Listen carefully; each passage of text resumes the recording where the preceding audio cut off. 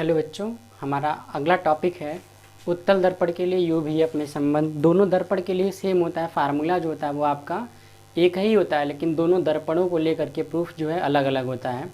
तो चलिए अब हम सीखेंगे उत्तल दर्पण के लिए यू भी एफ में संबंध कैसे ज्ञात करेंगे। तो यहाँ पे एक उत्तल दर्पण ले लिया गया है, ये इसका मुख्य अक्ष हो गया।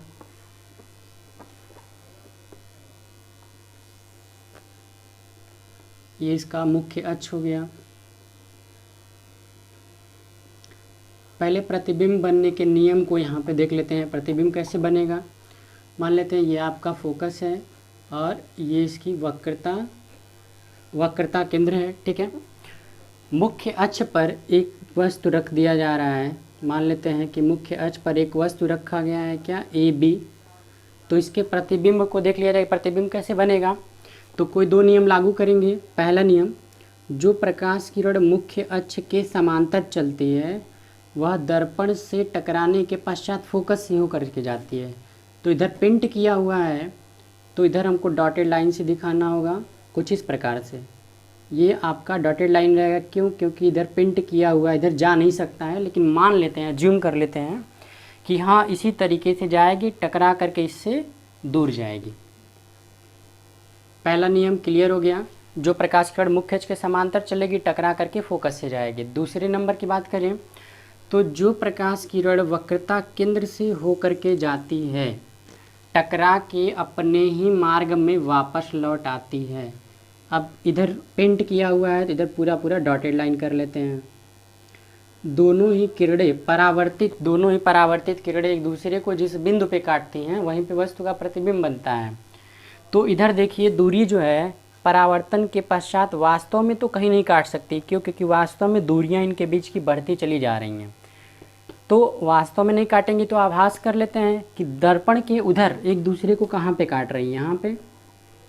तो यहाँ पे हमारा आभासी प्रतिबिंब बन जाएगा। चलिए आभासी प्रतिबिंब का हम लोग नाम दे लेते हैं ए डैश बी डैश। इस प्रकार से वस्तु ए बी का आभासी सीधा और छोटा प्रतिबिंब बना क्या, ए डैश बी डैश। बाकी दूरियों की बात करें तो यह हमारा दर्पण का ध्रुव हो गया, और सभी दूरियां दर्पण के ध्रुव से मापी जाती हैं। दर्पण के ध्रुव से वस्तु तक की दूरी को हम लोग u से लिखते हैं। यहाँ पे ध्यान दीजिए, यहाँ प्रतिबिंब बन रहा है, प्रतिबिंब तक की दूरी को v से लिखा जाएगा। ये आपका फोकस है तो फोकस तक की दूरी को f से लिखा जाएगा।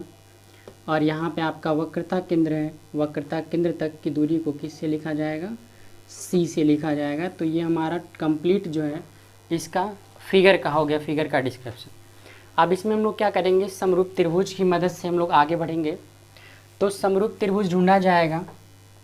इसके प्रूफ के लिए बात करें हम लोग तो समरूप त्रिभुज देखेंगे। ध्यान दीजिएगा, जिस त्रिभुज का नाम हम लोग बात कर रहे हैं समरूप त्रिभुज ए बी सी व दूसरा समरूप त्रिभुज इसी के समरूप ए डैश बी डैश सी। एक त्रिभुज यहाँ भी है ए डैश बी डैश सी, ठीक है। कैसे पता चला है कि ये दोनों समरूप त्रिभुज हैं, तो समरूप त्रिभुज में देखिए एंगल सिमिलरिटी यहाँ पे अप्लाई किया गया है, ठीक है। यहाँ पे भी 90 अंश है और यहाँ पे भी 90 अंश है, और इस त्रिभुज का कोण C और इस छोटे वाले त्रिभुज का कोण C दोनों के लिए कॉमन है। तो दो एंगल मिला, इसके दो एंगल और इसके भी दो एंगल क्या हैं, कॉमन है, यानी बराबर हैं। तो इस तरीके से हम लोग कह सकते हैं कि एंगल सिमिलरिटी से यह दोनों ही त्रिभुज क्या हैं, एक दूसरे के समरूप हैं। अब जब समरूप हैं तो इनके समस्त भुजाओं का अनुपात क्या होता है, बराबर होता है, यह नियम होता है। अब उसी चीज़ को हम लोग यहाँ पे अप्लाई करेंगे। इसका क्या हो जाएगा, ए बी, इसकी एक भुजा ए बी और इसका एक भुजा ले लेते हैं क्या, ए डैश बी डैश, बराबर इसका आधार ए से लेकर के सी तक। बड़े वाले का आधार ए सी, छोटे वाले त्रिभुज का आधार क्या होगा, ए डैश सी। इसको आप इक्वेशन नंबर 1 बना के छोड़ दीजिए। पुनः दूसरा ढूंढते हैं, दो पेयर और ढूंढते हैं। पुनः समरूप त्रिभुज, अब यहाँ पे ध्यान दीजिएगा, इस पे हम लोग अभिलंब खींच लेते हैं, या मान लेते हैं जो बिंदु हमारा M है और इससे मुख्य अक्ष पर अभिलंब खींच लिया जाए N। अब यहाँ पे दो त्रिभुज के फिर जिक्र करेंगे, ध्यान से सुनिएगा। MNF व दूसरा जो त्रिभुज मिलेगा इसी में छोटा सा बन रहा है A dash B dash F, A dash B dash F, ठीक है। इस त्रिभुज में हम लोग बात करें समरूप त्रिभुज में, तो इस समरूप त्रिभुज में जब आप चलेंगे तो आपको क्या मिलेगा, इसका एक भुजा का अनुपात यानी कि MN और छोटे वाले के एक भुजा का अनुपात respective A dash B dash, और इसका आधार क्या है NF, छोटे वाले का क्या है A डैश F। अब यहाँ पे इसको हम लोग समीकरण 2 बनाने से पहले थोड़ा सा करेक्शन करेंगे। करेक्शन क्या होगा, ध्यान से सुनिएगा। अब यहाँ पे चूँकि MN जो है M से लेकर के N तक की जो दूरी है वो बराबर है किसकी, AB की, तो MN को हटा के हम लोग AB लिख सकते हैं। और अगर दर्पण का द्वारक छोटा हो, मतलब ये दर्पण जो है वो क्या हो, छोटा हो, तो ये जो अभिलंब हम लोग खींचेंगे वह लगभग यहाँ पे इन दोनों के बीच की जो दूरी होगी, मतलब जो N होगा वह लगभग P के पास में होगा। यानी हम ये कह सकते हैं कि N से लेकर के F तक की जो दूरी होगी वह लगभग P से लेकर के F तक की दूरी के बराबर होगी। यानी यहाँ पे हम लोग यही लिखेंगे कि जो NF है वह लगभग बराबर होगा किसके, PF के चाहे FP के, ठीक है। तो यहाँ पे MN को हटा के क्या लिखा जाएगा, AB, A dash B dash आप ऐसे ही रहने दीजिए। NF को हटा के क्या लिखा जाएगा, PF अपॉन नीचे आपका हो जाएगा E डैश F। इसको आप बना लीजिए समीकरण नंबर 2। अब ध्यान दीजिए समीकरण 1 व 2 से दोनों का LHS बराबर है, तो दोनों का RHS भी क्या होगा, बराबर होगा। दोनों का RHS बराबर होने का मतलब क्या हो गया, AC upon A dash C equal होगा NF upon A dash F के। अब इसी को हम लोग इस फिगर से सेट करेंगे। इसके बाद ध्यान दीजिए A से C तक सभी दूरियां ध्रुव से मापी जाती हैं, तो A से लेकर के C तक को दो भागों में बांट दे रहे हैं, एक A से लेकर के P तक, फिर P से लेकर के C तक। यानी AC को हम लोग लिख सकते हैं AP plus PC upon A dash C। A dash C को क्या लिखेंगे, ध्यान दीजिए A डैश C को तो पूरा PC में से इतना माइनस कर लेंगे तो A डैश C बचेगा, यानी PC माइनस यहाँ से यहाँ तक नाप के इतना माइनस कर लीजिए जितना ज़रूरत नहीं है, कितना PA डैश को माइनस कर लेते हैं। P से लेकर के F तक, P से लेकर के F तक तो हम लोग लिख सकते हैं F, इसलिए इसको छोड़ दीजिए। A डैश F की बात करें, A डैश F का मतलब केवल इतना ही, तो इसके लिए हम लोग क्या काम करते हैं, P से लेकर के F तक को पहले नाप लेते हैं, उसी में से जितना ज़रूरत नहीं है माइनस कर देते हैं। हमको केवल A डैश F चाहिए तो इतना माइनस कर देते हैं, PA डैश माइनस। देखिए चिन्ह सहित मान रखने पे क्या होगा, A से लेकर के P तक, A से लेकर के P तक क्या लिख सकते हैं U, और ये माइनस में होगा।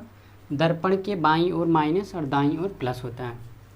फिर प्लस क्या PC, तो P से लेकर के C तक क्या लिख सकते हैं R, P से C तक यहाँ पे भी R हो जाएगा। PA डैश क्या है, प्रतिबिंब तक की दूरी है, क्या लिखेंगे V। P से लेकर के F तक, P से लेकर के F तक फोकस दूरी है F, यहाँ पे भी F। PA डैश प्रतिबिंब तक की दूरी है, तो क्या बनेगा V।